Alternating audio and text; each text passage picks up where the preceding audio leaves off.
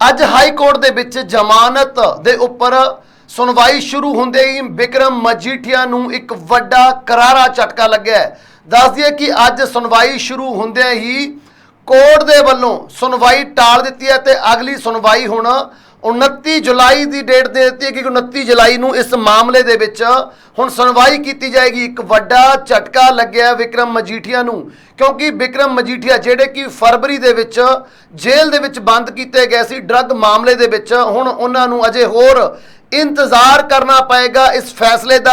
कि वो जमानत के उपर बाहर आउणगे जां फिर अजे उन्होंने होर समा जेल दे विच बिताउणा पएगा। दस दिए कि इलैक्शन तो पहला पिछली सरकार दे वल्लों कांग्रेस सरकार दे वल्लों ड्रग मामले दे विच उन्हां दे विरुद्ध एक मामला दर्ज किया गया सी, जिस दे खिलाफ वो सुप्रीम कोर्ट दे विच चले गए सी अते उन्हां ने इलैक्शन का हवाला दिंदे होए ये इल्ज़ाम लगाए सी कांग्रेस सरकार दे उपर कि एक पोलीटिकल वेंडेटा है ਅਤੇ ਇਲੈਕਸ਼ਨ ਦੇ ਵਿੱਚ ਫਾਇਦਾ ਲੈਣ ਦੇ ਕਾਰਨ ਫਾਇਦਾ ਲੈਣ ਦੇ ਚੱਕਰ ਦੇ ਵਿੱਚ ਇਹ ਮਾਮਲਾ ਦਰਜ ਕੀਤਾ ਗਿਆ ਅਤੇ ਇਸ ਤੋਂ ਬਾਅਦ ਸੁਣਵਾਈ ਕਰਦੇ ਹੋਏ ਸੁਪਰੀਮ ਕੋਰਟ ਵੱਲੋਂ ਇਲੈਕਸ਼ਨ ਤੱਕ ਉਹਨਾਂ ਦੀ ਗ੍ਰਿਫਤਾਰੀ ਦੇ ਉੱਪਰ ਰੋਕ ਲਗਾ ਦਿੱਤੀ ਗਈ ਸੀ। ਲੇਕਿਨ ਜਦੋਂ ਇਲੈਕਸ਼ਨ ਖਤਮ ਹੁੰਦੀ ਹੈ ਤਾਂ ਉਸ ਤੋਂ ਬਾਅਦ ਫਰਵਰੀ ਦੇ ਤੀਸਰੇ ਹਫਤੇ ਵਿੱਚ ਉਹਨਾਂ ਨੂੰ ਸਰੈਂਡਰ ਕਰਨਾ ਪੈਂਦਾ, ਉਹਨਾਂ ਨੂੰ ਗ੍ਰਿਫਤਾਰ ਕਰਕੇ जेल दे विच भेज दिता जाता, जिथे कि अज भी वो पटियाला की जेल दे विच बंद ने अते जमानत की उड़ीक कर रहे हैं। पहला उन्हां दे वल्लों रुख जमानत दे लई भी हाई कोर्ट दे विच कीता गया सी, जिथों उन्हां नूं झटका लग्या ते उस तो बाद उन्हां दे वल्लों सुप्रीम कोर्ट दे विच एक बार फिर तो पटीशन दाखिल की गई सी जमानत दे लई, लेकिन सुप्रीम कोर्ट ने उन्हां नूं फिर तो एक बार हाई कोर्ट का रुख करने की गल कही तो उस तो बाद हुण लगातार जमानत के उपर उन्होंने सुनवाई चल रही है। जेकर सुनवाई की गल करिए तो जो पहले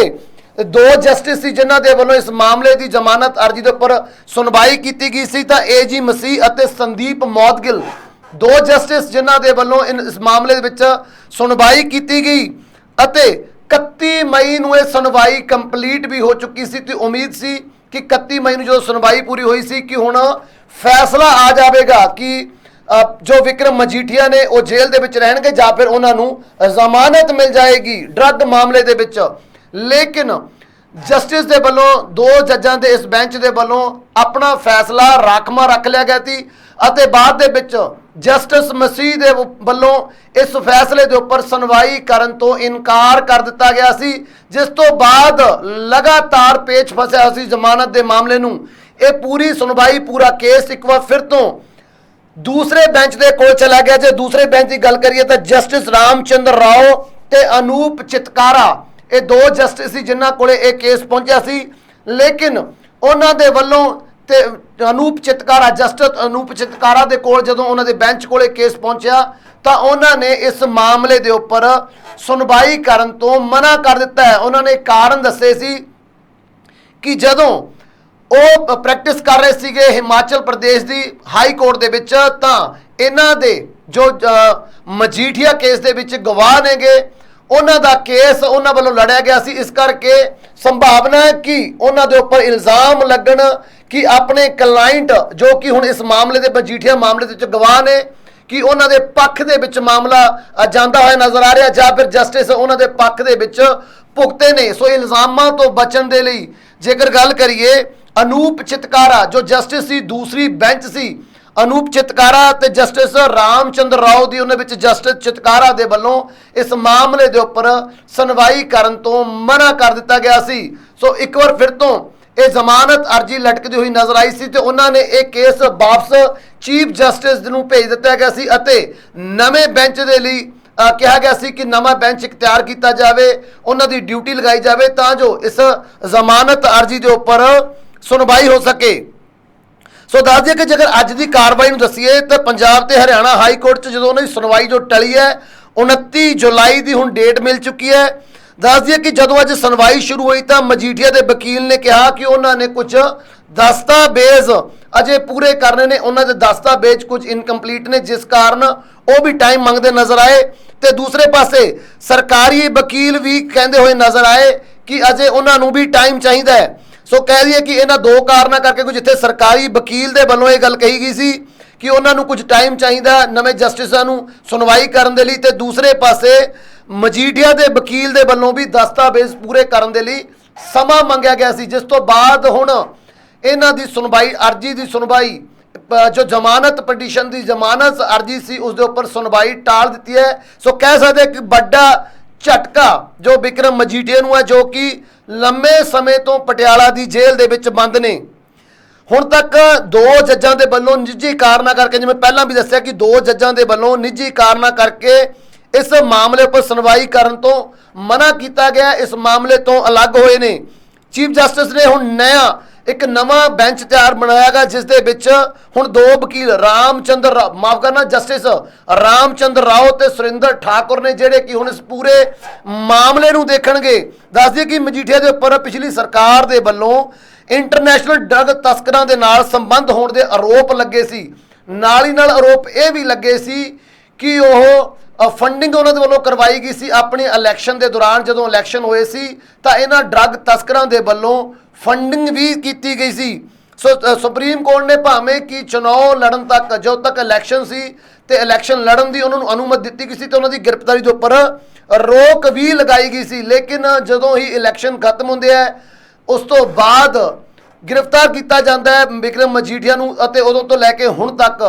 जेल दे विच बंद ने। सो रैकेट के नाल ईडी की पुछताछ के विच जदों ईडी की पुछताछ की गई सी, जो ईडी के हथ लगे सी बड़े ड्रग माफिया, उन्हां दे पुछगिछ के दौरान मजीठिया का नाम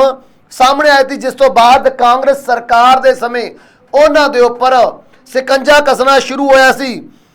तो उन आरोप ये भी लगे ने कि मंत्री रहंदे ड्रग तस्करां की वो मदद भी करते रहे ने, ते नाल ही नाल उन्होंने चुनाव के लिए भाव कि इलैक्शन के लिए फंड भी लिया सी ते माइनिंग दे आरोप भी लगे ने। लेकिन जेडे मामले दे विच हुण वो जमानत की अर्जी लगा के रखी आ, वो सिर्फ और सिर्फ ड्रग मामले के नाल संबंधित मामला गा। सो एसटीएफ ने मजीठिया पर आरोप लाए सी कि उन्हां दी जांच होनी चाहिए है। सो हुण जेकर इस पूरे मामले की गल करिए तो तीसरी बेंच हुण इस मामले की सुनवाई करेगी। सो तीसरी बेंच दे विच रामचंद्र राव ते सुरिंदर ठाकर हुण इस पूरे मामले की सुनवाई करनगे। जमानत देनी है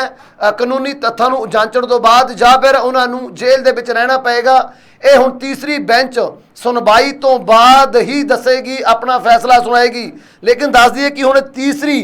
24 फरवरी तक जो तो सरेंडर किया गया सी, उस तो बाद जमानत दे लई लगातार हाई कोर्ट दे विच पटीशन दायर की हुई है। सुप्रीम कोर्ट भी गए, सुप्रीम कोर्ट ने वापस दस दिए तो विक्रम मजीठिया नूं हाई कोर्ट दे विच भेजा सी कि वो हाई कोर्ट दे विच जाके जमानत मंग सकते ने। लेकिन हाई कोर्ट दे पहले जेकर आप जस्टिस की गल करिए जां पहले बेंच की गल करिए, एजी मसीह अते संदीप गोयल, ये पहला बेंच सी जिहड़ा इस सुनवाई दे लई संगठित किया गया सी। सो लेकिन उस जस्टिस एसी जो एजी मसीह जस्टिस सी उस बेंच दे विच उन्हां वल्लों इस मामले तो सुनवाई करन तो मना कर दिता सी, ते दूसरे बेंच दे कोले केस गया जिस दे विच जस्टिस रामचंद्र राव ते अनूप चितकारा सी। ते अनूप चितकारा ने भी अपने क्लाइंट दे जो कि पहला हिमाचल प्रदेश दे विच उन्होंने केस लैना सीगा, वो क्लाइंट का जिहड़ा क्लाइंट उन्हां दा इस मामले दे विच गवाह उन्हां कारणा करके अनूप चितकारा भी इस मामले तो वख हो गए सी। ते हुण एक तीसरी बेंच बनी है जिस दे कोलों केस चला गया, जिस विच जस्टिस रामचंद्र राव ते जस्टिस सुरिंदर ठाकुर होणगे, जो कि इस पूरे मामले की हुण सुनवाई करनगे। लेकिन सुनवाई हुण 29 जुलाई नूं होएगी। अज बड़ा झटका जदों ही सुनवाई शुरू हुई उदों ही बड़ा झटका लग्या, क्योंकि सरकारी वकील वालों भी टाइम मंगया गया ते दूसरे पासे विक्रम मजीठिया दे वकील दे वालों भी अपने दस्तावेज कंप्लीट करन दी गल कही गई, जिस तो बाद यह सुनवाई टली है। सो भाव एक झटका जिथे श्रोमणी अकाली दल नूं लग्या उत्थे ही विक्रम मजीठिया दे लई बड़ा झटका है, क्योंकि हुण होर